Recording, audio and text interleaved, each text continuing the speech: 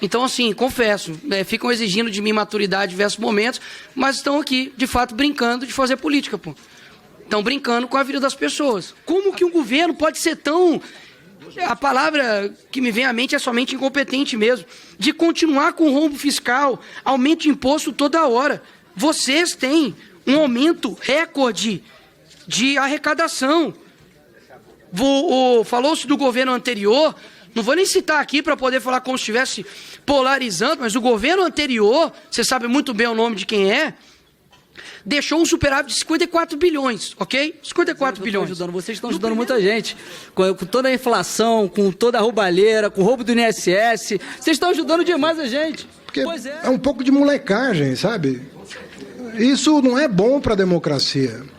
Então, já que eles não estão aqui, quem sabe vocês mandem o recado para o Nicolas e para o Jordi aprender um pouco das contas públicas brasileiras. Vamos começar a falar sério aqui, né?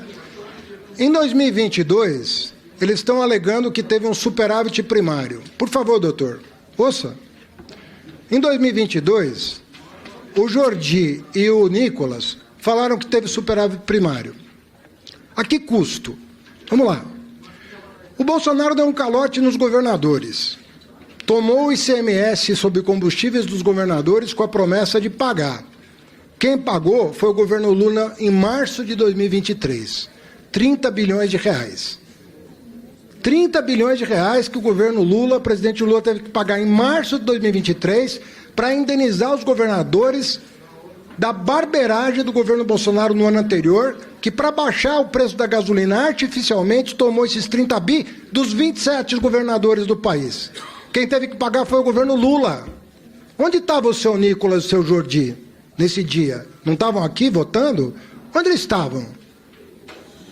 O superávit primário de 22 também se deveu ao calote de precatórios, que somado com o calote de 24, porque não estava no orçamento de 24, e nem no de 23, e nem no de 22, foram 92 bilhões a mais. Onde estava o deputado Jordi e o deputado Nicolas quando o presidente Lula, em 2023, teve que pagar o calote de precatórios do Bolsonaro? O superávit de 22 também teve outras duas razões.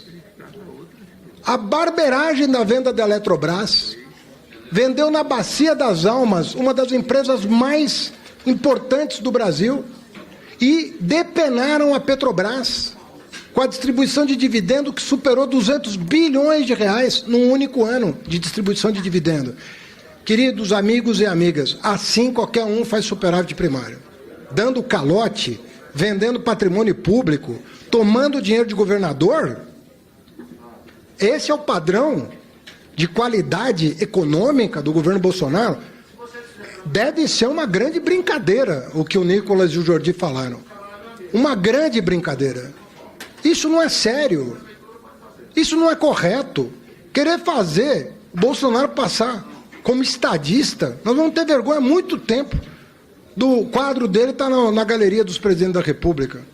É um absurdo o que esse homem fez em 2022 para ganhar a eleição e perdeu. Vem falar de barberagem por causa de fake news de Pix, com o patrocínio das Big Techs para atingir 300 milhões. Não tem 300 milhões de pessoas no mundo que falam português? Olha, isso... Nós estamos aqui com gente séria. Todo mundo que falou aqui está procurando um caminho para o país. Está procurando fazer um encontro de contas, botar as cartas na mesa. Esse tipo de postura, esse tipo de molecagem de Nicolas e Jordi, que correram do debate, não vai adiantar. Quem sabe eles apareçam aqui ou ouçam essa gravação no YouTube, para ver se aprende um pouco de conta pública. Nós não vamos ficar vendendo patrimônio público para pagar dívida. Se você tiver que fazer uma alienação, é para aumentar o investimento do país. Presidente, só para corrigir, você sabe que a nossa... Não, como assim? Eu tenho ainda 2 minutos. Espera aí que Aqui na Casa dos Deputados, nós temos várias comissões... Alô, ô deputado, Deputado, por favor, mas Vossa Excelência não pode interromper o ministro. Nós, quando iniciamos o debate, foi dito que um não interfere e não pode impedir o outro. Então, eu pediria aos deputados que escutassem, e nós temos aqui a ordem. Então, vamos ao ministro, por favor. Peço aos deputados não interromper. Tá bom, mas o respeito é Vossa Excelência respeitar a fala do ministro. Com a palavra o ministro, por favor. Por favor. Com a palavra o ministro, depois Vossa Excelência rebate posteriormente. Pois não, ministro? Não está ligando aqui. Pronto.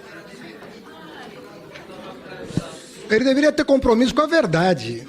Ele deveria ter um mínimo de respeito. Tem um ministro de Estado aqui respondendo elegantemente todas as perguntas. Isso não é... O desrespeito é dele, partiu dele. Faz micagem aqui e vai embora. E não quer ouvir a verdade. O que eu falei daqui que é mentira, deputado? Desrespeito é mentir. Desrespeito é sair sem ouvir a verdade. Vou repetir para o senhor, já que o senhor está falando em nome dele.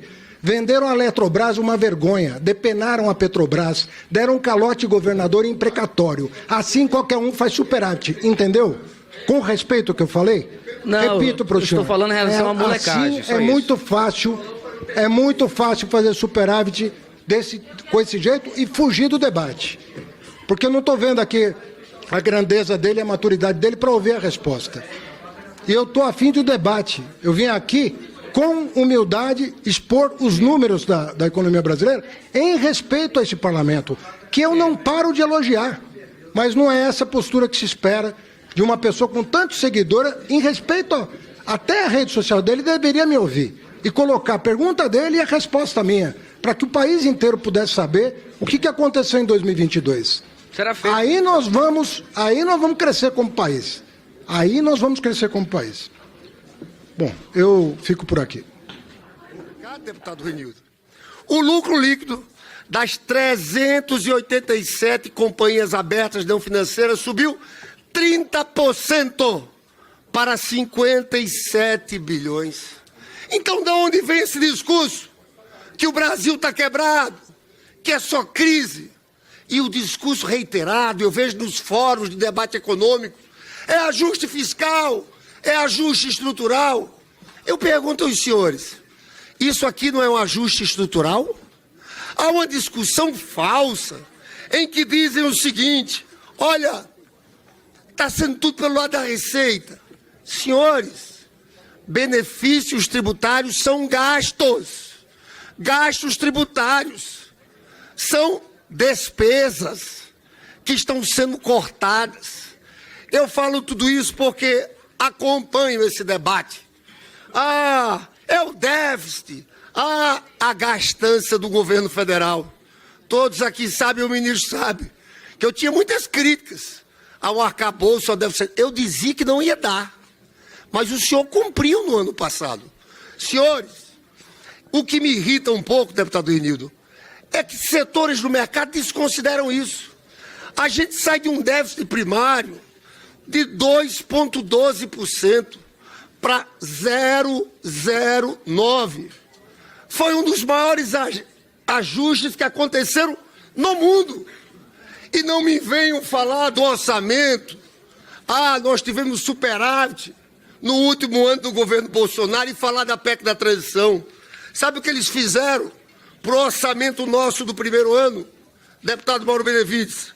A previsão de receitas, que era de 18,4, reduziram para 17. Você tinha que acabar o programa social, tinha que acabar a Bolsa Família. Por isso, houve naquele momento aquela PEC da transição. Agora, falar do último ano de Bolsonaro é falar de fraude. Não pagaram os precatórios. Fizeram tudo de forma artificial. Eu falo isso para dizer aos senhores, e eu quero falar para o mercado também. Os senhores acham pouco a despesa total em relação ao PIB, que era 19,5%, cair para 18,4%, mais de 1%. Agora aqui nós temos que fazer uma escolha, porque foi feito, nós temos que discutir 50 bilhões a partir do relatório. Você sabia que existe sabão e amaciante profissional que dura dias na roupa e custa quase metade do que você paga? O governo bloqueou 10 e contingenciou 20. Quem paga mais numa situação como essa? É corte no orçamento, Mauro Benevides. Esses que dizem que tem que derrubar o IOF, tem que derrubar a medida provisória, tem que assumir que vai ter que ter um bloqueio e contingenciamento de mais de 20 bi. Porque, na verdade, o discurso deles é fácil. É de defesa dos ricos. É de defesa desses setores econômicos que aqui se movimentam. Infelizmente, o povo pobre brasileiro não consegue ter uma mobilização e uma pressão tão grande. Não me enganam. Estão defendendo esses que não aceitam uma proposta moderada. A proposta do ministro Haddad é moderada em todos os pontos. Eu acompanhei o debate sobre o IOF. Quero elogiar sua capacidade de negociação, de recuar em pontos, como no risco sacado.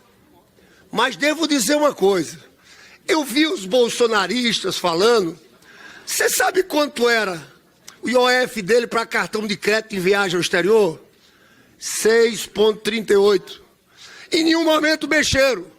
Tiveram a coragem, a cara de pau, de fazer um decreto para diminuir no outro governo.